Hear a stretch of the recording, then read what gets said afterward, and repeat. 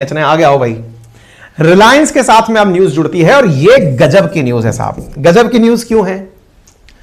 कभी मुकेश अंबानी ने एक बात कही थी कि आने वाले समय में डेटा एक नई एनर्जी होगा, यानी डेटा एक नई करेंसी होगा, यानी आने वाला समय डाटागिरी का होगा, दादागिरी का नहीं। ये डेटा हमें और आपने सोचा 3G 4G इनकी बातें हो रही हैं, लेकिन डेटा तो कई तरह का होता है। जैसे मुझे आपके नंबर पता है, ये मेरे लिए एक डेटा है। मुझे आपके घर के एड्रेसेस पता है, ये एक डेटा है। मुझे ये पता है कि आपके किस नाप के कपड़े आते हैं, ये मेरे को एक डेटा लगता है। मुझे ये पता है कि आप कौन सी गाड़ी से ज्यादा ट्रैवल करते हैं, ये भी एक डेटा है। साथियों जरा सोचो, देश की 140 करोड़ आबादी का किसी को यह पता हो कि यह किस प्रकार के जीन से बना है, तो यार इससे बड़ा डेटा क्या होगा। और ऐसा ही करने जा रहे हैं अंबानी। मुकेश अंबानी की जो रिलायंस है वो जेनेटिक मैपिंग करने जा रही है और आप लोग खुद से अपनी मैपिंग कर लें, इसके लिए किट 12,000 रुपए में लेकर आ रही है। कहना क्या चाहते हो? हम नहीं कहना चाहते कि भाई साहब हंसते हुए कह रहे हैं, सुनो तुम्हारे जीन का डेटा दे दो, पता लगा लेंगे परेशानी क्या है तुम्हारे, क्या इलाज करें तुम्हारा, सब पता चल जाएगा। That means Mukesh Ambani to offer its genome testing with 12,000 kit, यानी 12,000 रुपए की एक ऐसी किट मुकेश अंबानी लेकर आ रहे हैं जिससे आप अपना जीनोम टेस्ट कर सकते हैं कि भैया कहीं जीन में तो गड़बड़ नहीं हो गई है। आपका जीनोम का सीक्वेंस पता लगा सकते हैं। आज के सेशन में जानेंगे साइंस एंड टेक्नोलॉजी के पॉइंट ऑफ व्यू से। ये बहुत इंपॉर्टेंट विषय है जिस पर आपकी चर्चा होना अनिवार्य है। ये कितना खतरनाक हो सकता है, कितना अच्छा हो सकता है, सारी बातें आपको जानेंगे। देखो साथियों, मुकेश अंबानी के बारे में, जो कि टेलीकॉम और रिटेल सेक्टर के अंदर काफी मायने रखते हैं, फिलहाल इन्होंने दुनिया को सबसे सस्ती टेस्टिंग किट लेकर आने वाले हैं जो कि जटिल बीमारियों की जानकारी जानने में कारगर साबित होगी। मौजूदा मार्केट में जितनी भी किट हैं जो कि जीनोम टेस्टिंग के काम आती हैं, उनसे ये 86% सस्ती होगी, ऐसा इनका मानना है। अब ये जीनोम मैपिंग होती क्या है ये जान लो। देखो, इतनी तो बेसिक साइंस आप लोगों को आती होगी और ये आप सब जानते होंगे कि एक मानव शरीर के अंदर कोशिकाएं होती हैं। कोशिकाएं मानव शरीर के अंदर, यानी कि जीव जंतुओं की जो कोशिकाएं हैं और पौधों की कोशिकाएं हैं, इनमें थोड़ा सा अंतर होता है। सेल मेम्ब्रेन, सेल वॉल, ये आप सब जानते हैं, है ना। Prokaryote, eukaryote type of cells होती हैं। यूकैरियोट टाइप ऑफ सेल्स के अंदर प्लांट सेल और एनिमल सेल होती हैं। एनिमल सेल के अंदर सेल वॉल नहीं होती है। जब सेल होती है ना, उस सेल के अंदर बीच में न्यूक्लियस होता है और न्यूक्लियस के अंदर न्यूक्लिक मैटर होता है। न्यूक्लियर मैटर जो है उसके अंदर क्रोमोसोम होते हैं, यानी कोशिका के नाभिक के अंदर, केंद्रक के अंदर क्रोमोसोम होते हैं। इंसान के अंदर 23 जोड़े क्रोमोसोम पाए जाते हैं। क्रोमोसोम्स में 20,000 से ज्यादा जीन पाए जाते हैं और वो जीन जो हैं वो न्यूक्लिक एसिड से मिलकर बने होते हैं। यानी इधर देखिए, सेल में क्रोमोसोम जो है वो जीन से मिलकर बने होते हैं।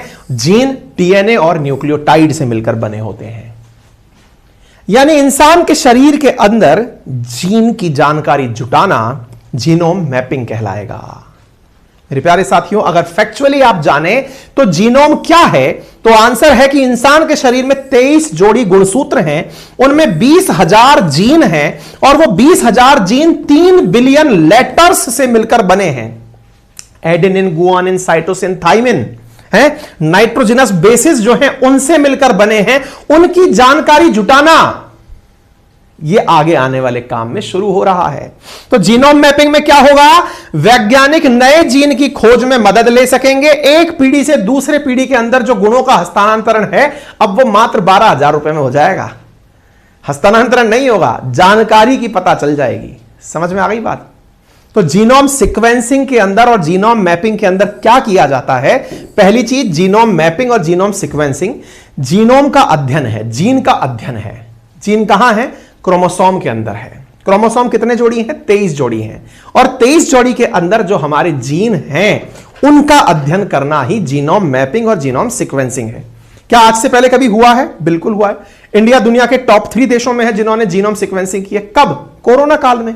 अरे कोरोना काल के अंदर हमें कैसे पता चला कि ओमिक्रॉन जो है वो पहले वाले जो अल्फा बीटा गामा जो वेरिएंट थे उनसे अलग है? क्योंकि उसकी जीनोम सीक्वेंसिंग की गई थी, यानी उसके जीन का अध्ययन किया गया था, उसके जेनेटिक मटेरियल की स्टडी की गई थी। और उस स्टडी से हम लोगों को इतना कॉन्फिडेंस आ गया कि अब तो हम किसी भी जीव की जेनेटिक स्टडी कर सकते हैं।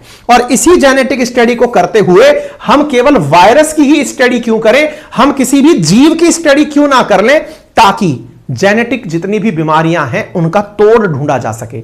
बहुत बार हम में से लोग कहते हैं कि HIV जो है वो एक जेनेटिक बीमारी है। आजकल तो कुछ सारे लोग जो हैं वो ये कहने लगे हैं कि साहब डायबिटीज भी जेनेटिक बीमारी है। आपको आनुवंशिक रोगों के अंदर बहुत सारी बीमारियों के नाम पता होते हैं, लेकिन बहुत सी बीमारियों के बारे में नहीं पता कि वाकई में ये जेनेटिक बीमारी है अथवा नहीं है। लेकिन अगर आपके और आपके पेरेंट्स के और आपके घर के सदस्यों के अगर जीनोम सीक्वेंस तैयार कर लिए जाएं तो यह अंदाजा लगाना बहुत आसान होगा कि इस उम्र के बाद संभव है कि यह लक्षण दिखाई देने लग जाए। इसी कारण से मेडिकल साइंस बड़ा होपफुल है जीनोम सीक्वेंसिंग के लिए। माना जा रहा है कि कैंसर, दिल संबंधी बीमारी, diabetes, high blood pressure, neuromuscular disease आदि जितनी भी बीमारियां हैं उनमें जीनोम सीक्वेंसिंग की वजह से उनका इलाज ढूंढा जाना संभव हो सकता है। और तो और एक प्रकार की टेस्टिंग बहुत अच्छी हो सकती है। जैसे आज जब आप किसी बीमारी को लेकर जाते हैं, आप डॉक्टर के पास गए, डॉक्टर आपका कहता है इसका एक्सरे करा लो, MRI करा लो, ब्लड टेस्ट करा लो, यूरिन टेस्ट करा लो, शुगर टेस्ट करा लो, तमाम टेस्ट बताता है। लेकिन विचार करिए कि अब जब आप जाएं तो डॉक्टर यह भी कहे कि इसका जीनोम सीक्वेंसिंग करा लो, मतलब आप एक प्रकार का टेस्ट और करा लो ताकि मैं आपके पेरेंट्स में जो बीमारी है ना उससे ये रिलेट कर लूंगा कि ये उनके पास भी थी बीमारी तो आपके पास भी आएगी या नहीं। कहीं ऐसा तो नहीं है कि मैं इलाज में खामखा खप रहा हूं और आपके पेरेंट्स के पास वो बीमारी ऑलरेडी है या फिर उनके पास से चलकर आपके पास आई है। यानी इलाज एक और स्टेप आगे चला जाएगा। जीनोम सीक्वेंसिंग में क्या चेक करते हैं? DNA और RNA चेक करते हैं। जीन और जीनोम में क्या अंतर है? जीन किसी भी जीव की जेनेटिक्स की बेसिक फिजिकल यूनिट है और जीनोम जेनेटिक जानकारी को, जीनोम किसी जीव की पूरी जेनेटिक जानकारी को कहते हैं।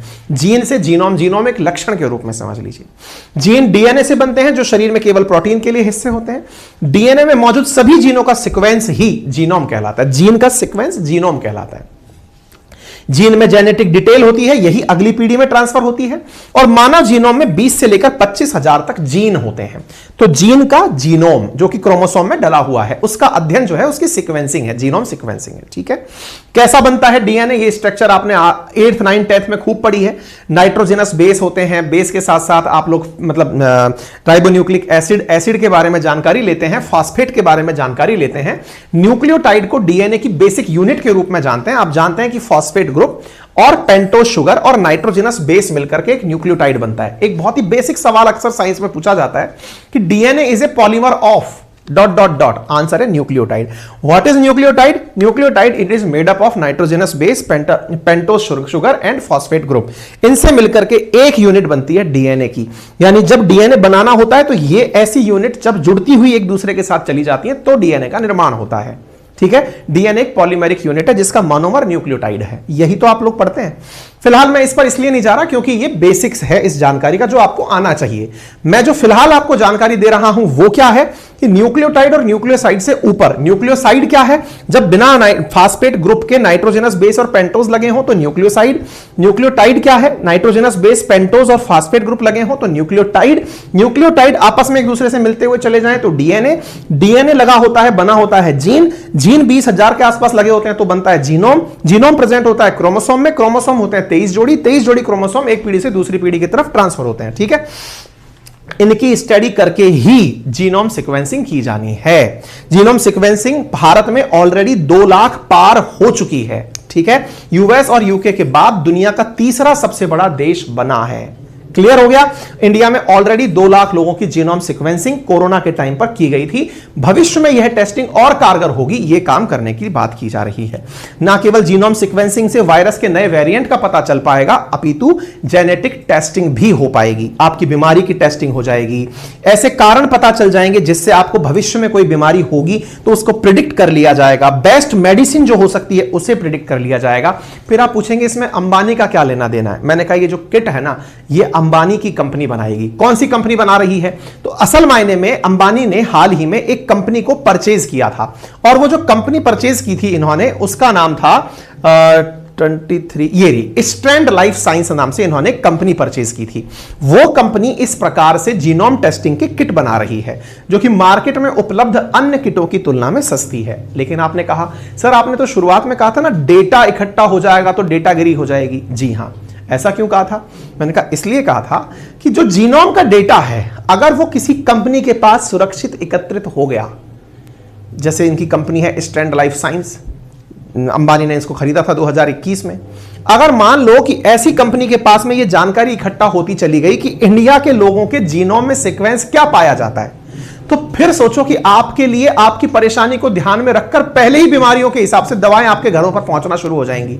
सर, आपके जीनोम जानकारी से पता चला है कि आप 50 साल की एज में पागल होने वाले हैं, दवाई लेना शुरू कर दीजिए। मतलब एक तरह से आपकी जीनोम सीक्वेंसिंग से भविष्य की दवाएं घर पर आना शुरू हो जाएंगी। बहुत बड़ा बिजनेस है ये, संभावनाएं अपार है, तभी तो इन्वेस्टमेंट हुआ है।